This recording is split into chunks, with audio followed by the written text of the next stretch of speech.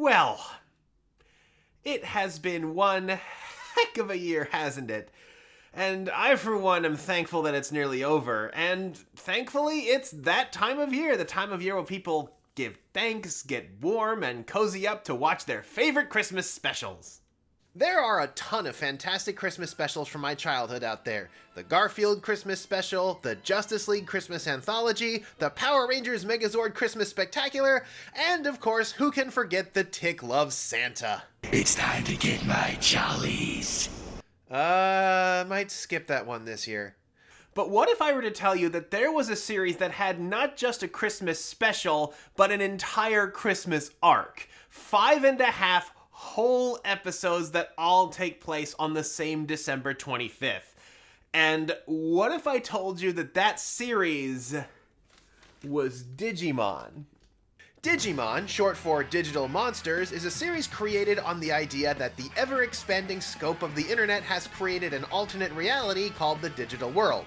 This digital world has evolved its own form of life called Digimon. Due to being made of information, these Digimon can take the form of something familiar, like from a Wikipedia article, or can be based on junk data to create something truly alien. Problems arise when the digital world has grown so large that it has begun to encroach upon our own real world. Yeah, I've talked about this series before, a franchise that was picked up and made the way it was because of the success of Pokemon. But anybody who spent even a little time with Digimon can tell you that the series cuts way different. It's way more metal, first of all. Rather than Pokemon, which uses simple shapes so that you can tell what the heck you're looking at on that tiny little Game Boy screen, Digimon's aesthetic is more Dark Age superhero comic books with detailed designs, bulging muscles, and armor haphazardly all over the place. And a lot of mons. They're named this way because, as living data, it's their file extension, like .exe, .png, Digimon are all .mon, like Angemon. He's technically Angel.mon. That's really all you gotta know, and I personally think that the concept of Digimon will have a lot of staying power, because the idea of an alternate reality being created by the ever-expanding world of the internet seems more likely by the day. And considering its return to prominence with the remake of the original season and the rise of the Digimon trading card game, which, if stories are to be believed, actually helped several stores stay in business during the pandemic, and I figure it's as good a time as any to talk about it. Well, maybe you need to actually know the story of the first season, Digimon Adventure, because the Christmas special technically happens in its sequel series. Zounds! It looks like 7 small children have wound up in the digital world. In order to survive, they must team up with Digimon partners who can change into larger forms with a futuristic gizmo called the Digivites. These transformations are temporary, though, so be careful. Together, these Digi-destined and their Digimon pals must face long days and nights full of terror. This game of survival soon turns into one of responsibility, however, as even when the Digi-destined do manage to find their way home, they return willingly to the digital world to put a stop to the evil once and for all. The story of Digimon Adventure is a story of survival. The kids are stranded away from home in a truly dangerous situation, and it's only by working together that they can not only survive, but deal with the evils plaguing the digital world, problems that threaten to spill over into reality. And not only is it a more serious story than the fun romp that is Pokemon, its main characters are also troubled kids. Whether they come from a broken home, are concerned for their siblings, or suffer from self-esteem issues, the Digi-destined are all carrying some baggage, acknowledging that even kids can be affected by serious problems. But here's where the Digimon come in. Not only are they cool monsters who can fight on behalf of their human buddies, but they also give unconditional love and support to these troubled kids, offering advice and words of encouragement during downtime, something that's actually really powerful. This, I believe, is the secret sauce that holds Digimon together. Sure, there are all sorts of cool monsters and over-the-top fight scenes, but at the center of all of it are the troubled kids and the Digimon who love them and want them to be happy. Am I saying this is the secret to Digimon's success? Well, I have noticed the fan base tends to get a little cranky when a season doesn't have this dynamic. In fact, Digimon Tamers, widely considered to be the strongest of Digimon seasons, pours on more of this sauce than ever before. It helps that this story of troubled kids and technology was helmed by one of the people behind Serial Experiments Lain, one of the seminal works about self-identity in the internet age. But I think we're going to save that one for later, because today we're going to be talking about the direct sequel to Adventure 1, appropriately titled Digimon Adventure 02. Spoilers from here on out. And just to add some more buffering to this spoiler warning, I am going to be using the characters from the English dub of the show, even though the English dub is kinda... Hi, my name is Yo Lee. Would you like to walk to school with us? It takes exactly 12.3 minutes, and that's if there's no wind. It was a different time, okay? It was a different time! It's been 3 years since the Digidestined gave up their powers to save the world. A new threat, coward, bully, cat, and thief, the Digimon Emperor, who is secretly Ken Ichijoji, National Prodigy Extraordinary, is attacking the digital world, erecting dark control spires which prevent our little Digi-buddies from digivolving. Oh no! The 2 youngest Digidestined, TK and Kari, must team up with newcomers Davis, Yoli, and Cody to stop the Digimon Emperor using the power of armor digivolving, a forgotten art that lets their Digimon transform despite the power of the control spires. Together, they defeat the Digimon Emperor, who realizes the error of his ways when his horrible plans caused the death of his partner Wormmon. However, it turns out that the Digimon Emperor was just a pawn in the web of Arukenimon, who can use her hair to change control spires into evil Digimon, including an evil version of the original Digidestined's most powerful member. Yowzers! It takes the timely appearance of Azulongmon, a divine dragon and protector of the digital world, to make this abomination cease its assault. The digital world is safe, for now. But Arukenimon is still at large. Can our heroes untangle this spider's web once and for all? Stay tuned to find out. Which brings us up to speed on the Christmas arc, as well as my hottest of takes: Digimon Adventure 02 is better than Digimon Adventure. Okay, saying that Adventure 02 is among the best Digimon has to offer is by no means a hot take. But saying it's better than the original certainly is, so perhaps I should break down my thought process a bit. In my opinion, a great sequel builds upon the foundation set by its predecessor, usually in a proper mixing of the stuff we love along with stuff that's new, twisting our expectations and adding a fresh narrative take. So, put simply, I will often say that a sequel can be better than its base because of the quality of that base. For example, Terminator 2, a fantastic movie on its own, but a lot of the narrative tension in the early film is brought out by knowledge of how Arnold's character behaved in the first Terminator, and so the original film makes Terminator 2 even better. Get down.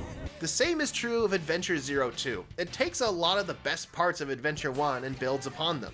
Let's start with the obvious one, armor digivolving. Now, digivolving, as I said before, is a way for a Digimon to temporarily get stronger by essentially going up in rank. Digimon can be in several ranks, such as Rookie, Champion, Ultimate, etc. And if your opponent is a higher rank than you, you're basically hosed. It doesn't matter if you're like larger than them or more powerful looking, they just win. It takes special tactics or a lot of help for a Digimon of a lower rank to beat one of higher rank. So, with the control spires in play preventing them from digivolving, the Digimon Emperor always has the upper hand by just bringing one of his higher ranking Digimon into play. However, his control spires cannot stop armor digivolving, where a special item called a Digi-Egg combines with a Digimon to rank them up. It's actually mentioned that armor digivolving is literally an evolutionary dead end, since you cannot rank up an armor form any further, but since it works around control spires, it's all the Digidestined have to work with. It also brings up something that I'm surprised no other iteration of the series has made use of since: Digimon with side grades. Now, Digimon don't work like Pokemon. Pokemon evolve up a linear track with maybe a fork somewhere, but it otherwise works like the creature is growing up naturally into adulthood. Digimon, however, can evolve up, down, sideways, warp ways, burst ways, dark ways, and even merge ways. But no other Digimon story except for 02 takes advantage of this evolution spaghetti bowl where Digimon can assume different forms depending on the situation. Because even after the Digimon Emperor is defeated and his control spires are rendered useless, the Digidestined still pull out their armor forms from time to time. This idea of Digimon with side grades is such a cool concept, and I wish we saw it more. It would certainly help Digimon stand out against its main competition. Another big thing about this series is that the Digidestined are not stuck in the digital world like the characters of Season 1, but can instead come and go as they please. This changes the entire story progression from being about surviving in a harsh environment into a thankfully fresh story about strategy and information gathering with a more transforming hero vibe.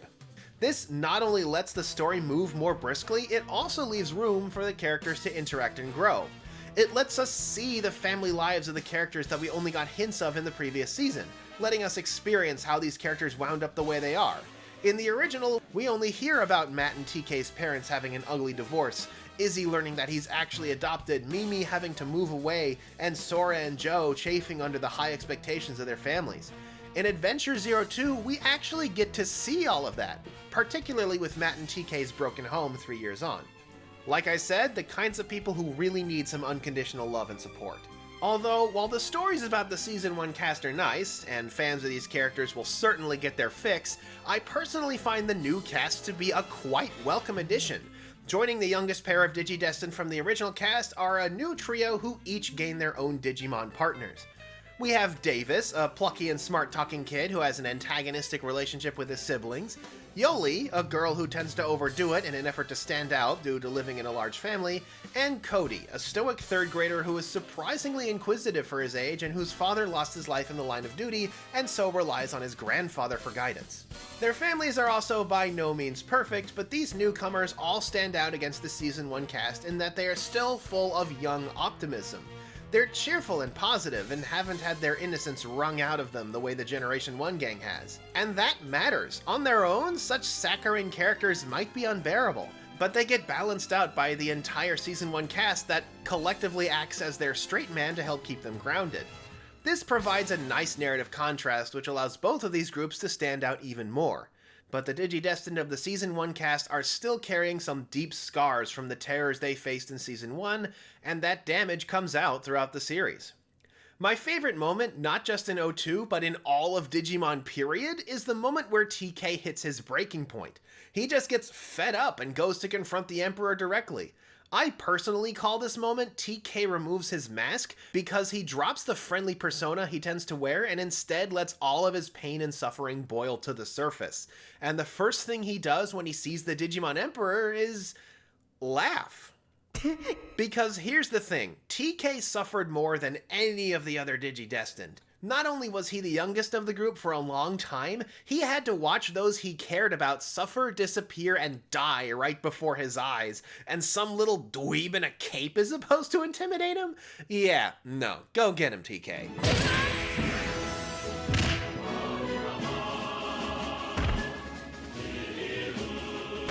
But the show makes a point of showing that it's a two-way street, and the Season 1 cast benefit equally from being around those who didn't experience that same suffering.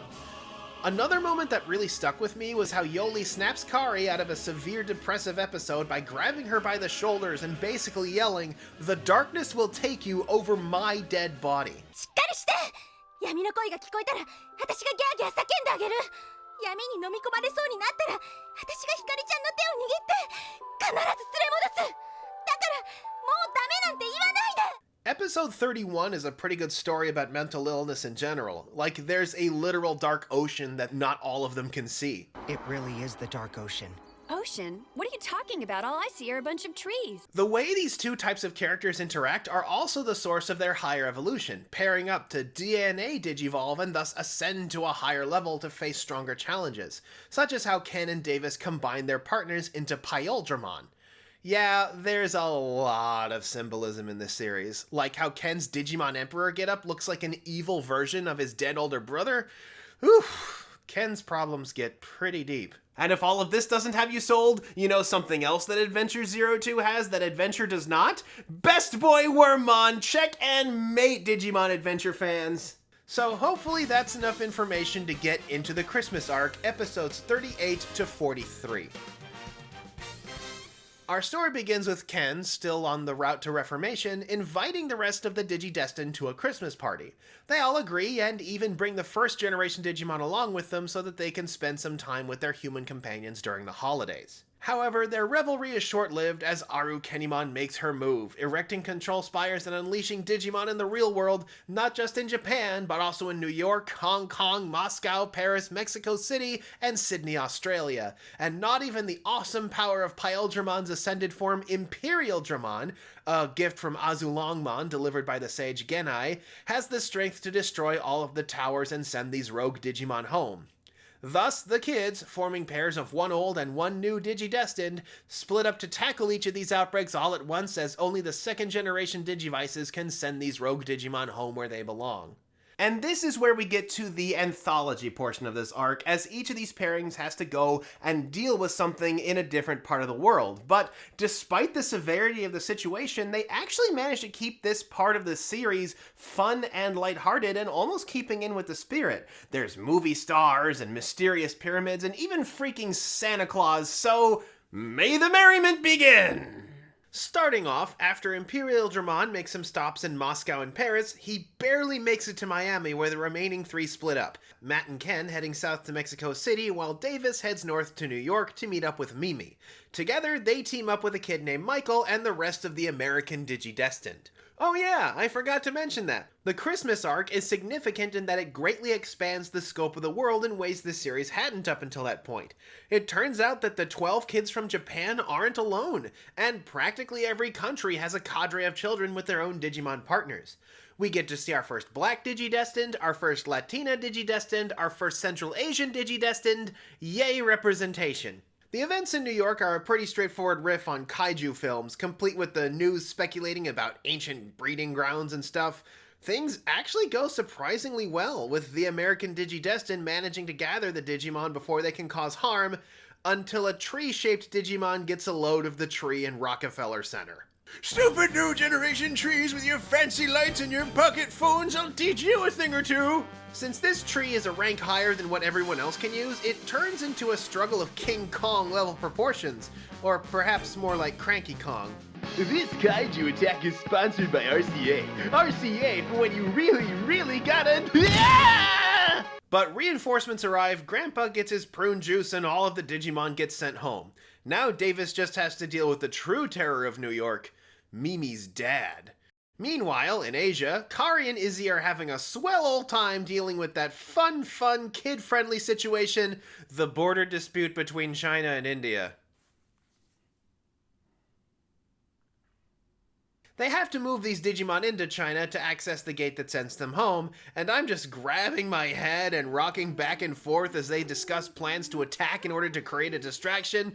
But thankfully Izzy pleads with the others to maybe not cause an international incident on Christmas. Please? Thankfully the others listen, and one of the kids they picked up in Hong Kong is able to come up with a good way for them to communicate. Oh.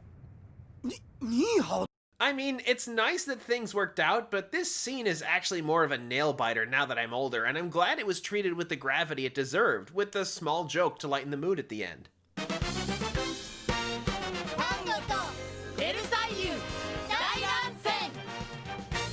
Moving on, we wind up in Australia with Cody and Joe, who must stop some shellfish-themed Digimon from damaging the Great Barrier Reef. Roasting temperatures, food puns, and even friggin' Santa Claus arrive in this frantic chase. It's pure comedy. Now, while the first set of anthologies are kinda silly, we start to get more into the heart of things with the second half, starting with TK and Tai winding up in Paris to team up with not the other French Digidestined, but TK's grandpa. Huh, turns out Matt and TK are part French, who knew? Together with TK's motorbiking grandpa, they must stop a raucous party that some Digimon are having at that most well-known and important and really only monument in all of Paris, the Eiffel Tower Chateau de Versailles. Huh, kinda surprised, actually. I mean, they not only chose a place that's usually not on the minds of non-Frenchmen when they hear the word Paris, but that also has a deeper connection to French history.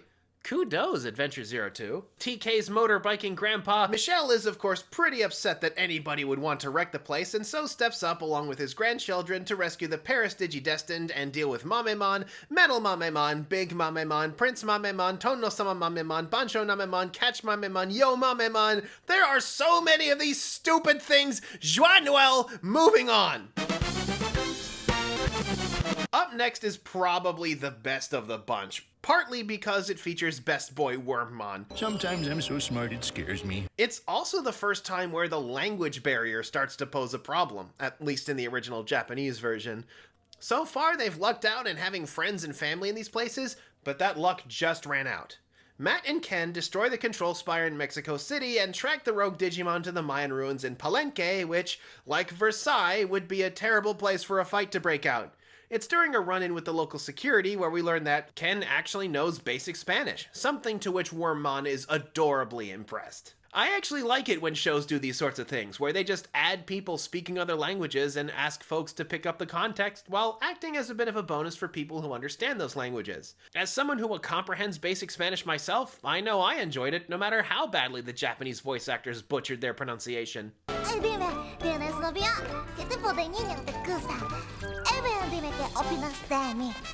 Once inside, they meet a local Digidestined who immediately crushes on Ken, changing the once spooky atmosphere into an adorable rivalry between her and Wormmon for Ken's attention. It's actually kinda nice seeing Matt and Ken get caught up in some silly shenanigans like this, as they are by far the most dour and serious of the Digidestined.